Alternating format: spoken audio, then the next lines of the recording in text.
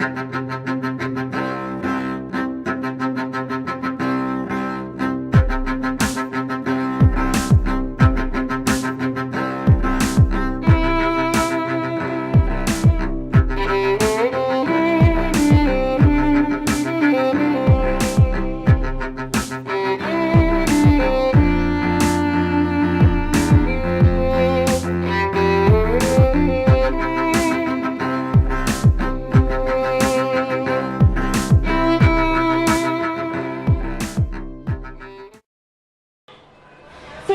pasti Mbak Siska sudah baca yang pertama, yang kedua ya. Kira-kira ada selangnya berapa tahun Mbak? Enggak sampai setahun kita nerbitinnya ya. Nggak sampai setahun. Waktu itu yang Kukus Calling kita terbit Desember, Desember ya. Desember, kemudian yang Silkworm kita terbit Oktober. Ya. Jadi 10 bulan ya. Mbak Siska tadi tanyanya ke situ siapa Mbak? oh ya, ini ada teman-teman kita dari Indo Harry Potter. Indo Harry Potter, boleh tepuk tangan. Oke, sudah dengan tampilan bukan Harry Potter lagi ya, bukan jubah lagi tapi ala Sherlock Holmes, ala detektif ya. Oke. Ya, Mbak Siska, dari Kukus Calling itu kalau saya boleh cerita sedikit, bukan spoiler ya. Tapi ini adalah kisah terbunuhnya seorang model ternama yaitu Lola Landry yang jatuh dari apartemennya. Lalu kalau yang kedua ini matinya seorang novelis. Betul. Ya. Betul ya? Oke. Dalam beberapa bedah resensi dan komen-komen para pembaca, ternyata ada perbedaan yang sangat antara Kukus Calling dan The Silkworm. Lebih sadis katanya. Nanti kita ngobrol sama-sama. Lebih dalam sisi kriminalnya katanya. Sekali lagi, Mbak Siska mengalami jet lag nggak sih saat menerjemahkan The Kukus Calling lalu pindah ke The Silkworm? Karena kalau kita baca Kukus Calling itu cantik, glamour gitu kan, tiba-tiba masuk ke The Silkworm yang sekali lagi katanya sangat sadis. Oke.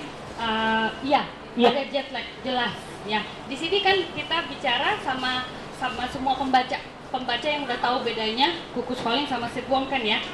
Jadi ketika saya menerjemahkan, bayangkan aja.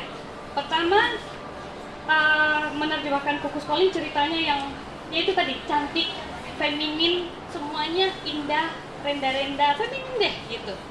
Kemudian masuk ke, itu termasuk bahasanya ya, termasuk gaya bahasanya, gaya penulisannya. Kemudian masuk ke Silkworm, suram. Yang masuk duluan adalah Leonora Queen, istrinya Owen Queen si novelis itu, yang digambarkan kurus, 50-an, pakai mantel yang udah lama dari tahun 80-an. Saya bisa ngebayangin warnanya agak-agak pink-pink nggak jelas gitu, terus kancingnya dari plastik yang gedenya segini. Saya udah ngebayangin itu. Nah, itu baru satu aspek tentang yang feminin dan yang cantik-cantik dan yang nggak cantik ya. Kemudian dari gaya bahasa beda sekali. The Kukus Calling itu saya kebawa juga nerjemahinnya tentu saja dengan bahasa yang cantik, dengan apa ya, kata-kata yang barangkali ada banyak kata-kata baru yang ini apa sih maksudnya, yang nggak apa-apa sih, cari aja ya kita ke kamus ya, kalau misalnya nggak tahu artinya nggak apa-apa. Tapi itulah yang saya cari adalah sisi indahnya tulisan itu, karena sejalan banget sama ceritanya juga, sama tokoh-tokoh yang main di situ. Kemudian di Silkworm bahasanya lugas, tegas, nggak ada yang namanya renda-renda dan bunga-bunga hiasan kriwil-kriwil, itu nggak ada. Semuanya tek tek tek tek. Belum lagi kalau kita ngomong soal gimana cara terbunuhnya si korban, itu udah apa ya, udah jauhnya udah gitu. Jadi saya mau cerita sedikit ya Bintang. Boleh. Jadi pada suatu hari ini dalam rangka mengejar deadline, saya bekerja di saya bawa laptop saya ke Starbucks. Saya duduk lagi nerjemahin gitu, akhirnya sampailah pada bagian menemukan si Cormoran Strike ini menemukan mayat Owen Queen.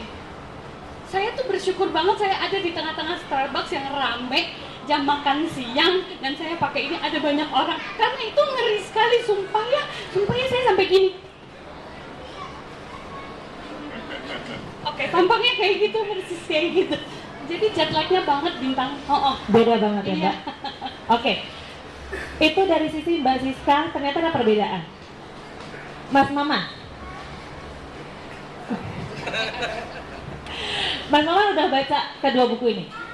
Iya, terutama Silkworm. Sudah baca terutama Silkworm. Mas Maman, kalau dari kita bicara dari sisi pembaca, karena ini readers gathering, nanti juga saya akan tanya dari sisi teman-teman sebagai pembaca. Mas Maman sebagai pembaca, bagaimana komentar? Kalau Mas Maman, let's say perlu meresensi, bagaimana Mas Maman meresensi The Silkworm ini? Yang terpikirkan ngapain saya kuliah 5 tahun plus 2 tahun skripsi di kriminologi ya. Oke.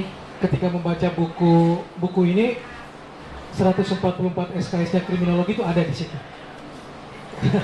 Pelajaran kriminologi dan yang paling saya suka J.K. Rowling atau Robert Galbraith ini sangat menguasai teori kriminologi klasiknya Lombroso.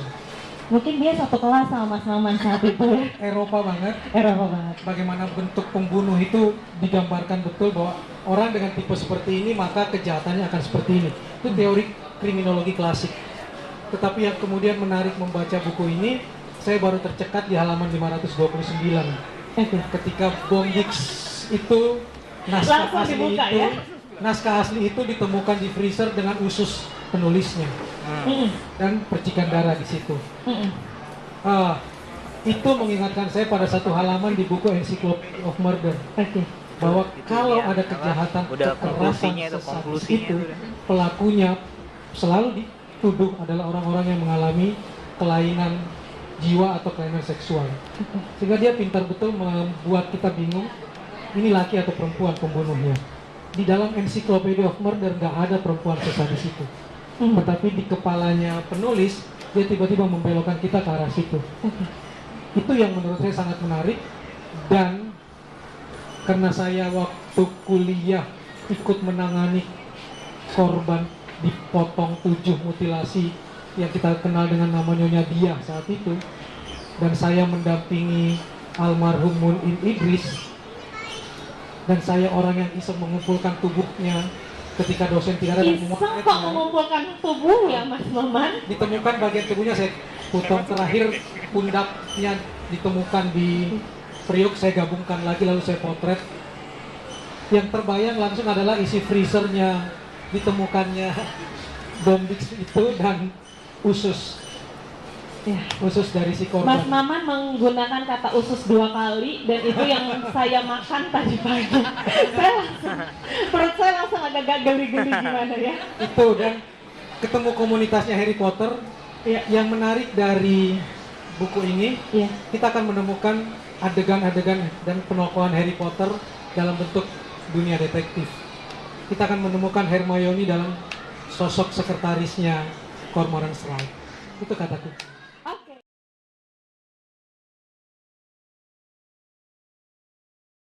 Menariknya Cormoran's Strike, dia buat saya sosok nyata, dengan segala plus minusnya, dengan segala kelebihan dan kekurangannya. Makanya saya merasa terwakili sebagai manusia, bukan sebagai orang yang sangat fiktif. Kalau baca buku-buku detektif, baca buku Encyclopedia of Criminology, orang-orang kriminologi itu semua orang yang IQ-nya di atas rata-rata di masanya akan disebut orang devian, penyimpang. Penyimpang bukan berarti dia orang yang gila, tapi dia berbeda dari orang rata-rata. Nah, jadi jangan pernah salahkan. Dulu kita menganggap teman-teman yang autis, teman-teman yang sekarang disebut apa, macam-macam ADCC, ADHC dan sebagainya, saya nggak tahu istilah itu, pasti dibilang anak yang menyimpang, anak yang imbisil dan sebagainya, disamakan semuanya. Tapi ketika ilmu berkembang kan orang menemukan bahwa bukan itu, dia berbeda dari kita, tapi dia tidak menyimpang. Nah, itu yang ingin saya bilang, bahwa menariknya di sini, saya tahu betul Cormoran's Strike pasti IQ-nya di atas. Kalau dia cara-cara bermainnya, tetapi dia tetap manusia ya, kita harus tahu bahwa di balik segala keanehannya dia punya, setiap orang punya kelebihan. Di kriminologi juga kita diajarkan orang yang diam belum tentu orang yang baik. Malah justru kalau dia melakukan kejahatan dia akan 2 kali lebih gila. Itu ada pelajaran itu di psikiatri. Kemudian orang yang tersenyum belum tentu sahabat, tetapi orang yang marah dan menegur kita belum tentu juga musuh. Rawlings memainkan betul ini, memainkan betul karakternya sangat manusiawi. Jadi sebagai orang kriminologi, 144 SKS kenapa ada di satu buku ya? Merasa rugi Mas 7 tahun ya? 7 tahun, kemudian 2 tahun harus bikin skripsi, dan ketika bicara tentang hesitation marks, ya ada di halaman 528 di satu halaman, kurang ajar. Saya 2 tahun. Kan nyebelin, berarti Rawlings kan observasinya sangat luas, bukan penulis baru. Masuk akal kalau orang Inggris atau jurnalis sangat yakin ini pasti bukan penulis baru, karena kemampuan bacanya dahsyat betul. Dan buku yang dia makan, buku-buku yang dia tulis, coba lihat tahunnya, kamu cari, googling buku yang dia sebutin, kamu lihat tahunnya, bedanya 5-10 tahun. Bukan buku yang lahir dari sebuah era di 1-2 tahun yang bersamaan. Artinya buku itu dia kumpulkan, dia baca, lalu kemudian dia satukan dari berbagai latar pemikiran. Itu yang menarik menurut saya.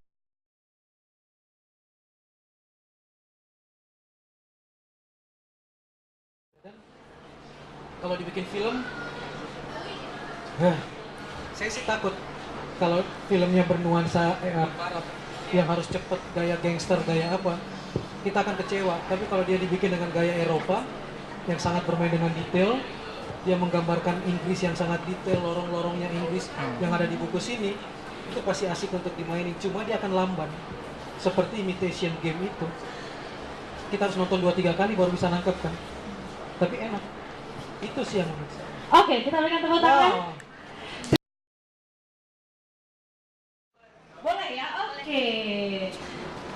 Dibuka, boleh Mbak? Dibuka sisi tanda tangannya dan juga stiker hologramnya. Hologramnya di sana. Iya, rekan-rekan pengunjung Gramedia Central Park dan juga pembaca buku dari The Silkworm, hari ini diserahkan buku pertama bertanda tangan Robert Galbraith, yaitu Nama Lain atau Nama Pena dari J.K. Rowling, dengan stiker hologram menandakan bahwa buku ini tanda tangan ini asli dari J.K. Rowling. Buku kedua jatuh ke tangan Caca. Wow. Lagi. Alhamdulillah akhirnya setelah 3 kali usaha resensi gagal, terus trivia gagal, dan setelah udah nggak ngarep, udah benar-benar nggak ngarep karena biasanya nggak beruntung, ternyata dapet. Alhamdulillah banget. Dah. Oke. Oke. Entah kenapa, mungkin saya waktu kecil tercemplung dalam cairan telekinesis. Waktu saya kemarin dapat ini sekarang dapat ini. Amin. Amin. Kuis lagi. Terus gimana perasaannya? Apanya? Perasaannya gimana? Senang banget, walaupun satu lagi yang pengen dicari adalah buku Harry Potter dan tantangan J.K. Rowling. Ini masih Roberta Galbraith, jadi ya tinggal satu lagi yang perlu dikejar.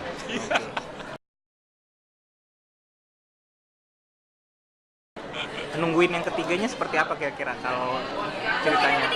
Nungguin yang ketiga. Hati-hati dengan Charlotte. Semoga kan yang pertama tentang dunia Model. Dua tentang dunia penerbitan. Semoga dunia film. Olahraga. Dunia film terus. Ini olahraga dong. Pelakunya adalah si Benedict Cumberbatch, dia membunuh. Ada? Dia membantu penyidikan. Karena Inggris adalah negara sepak bola, mungkin siapa tahu korban berikutnya adalah atlet sepak bola. Itu berarti memang kayaknya bisa dijadikan petunjuk nanti buku-buku selanjutnya kayak apa gitu kayaknya ya. Siap. Kayaknya.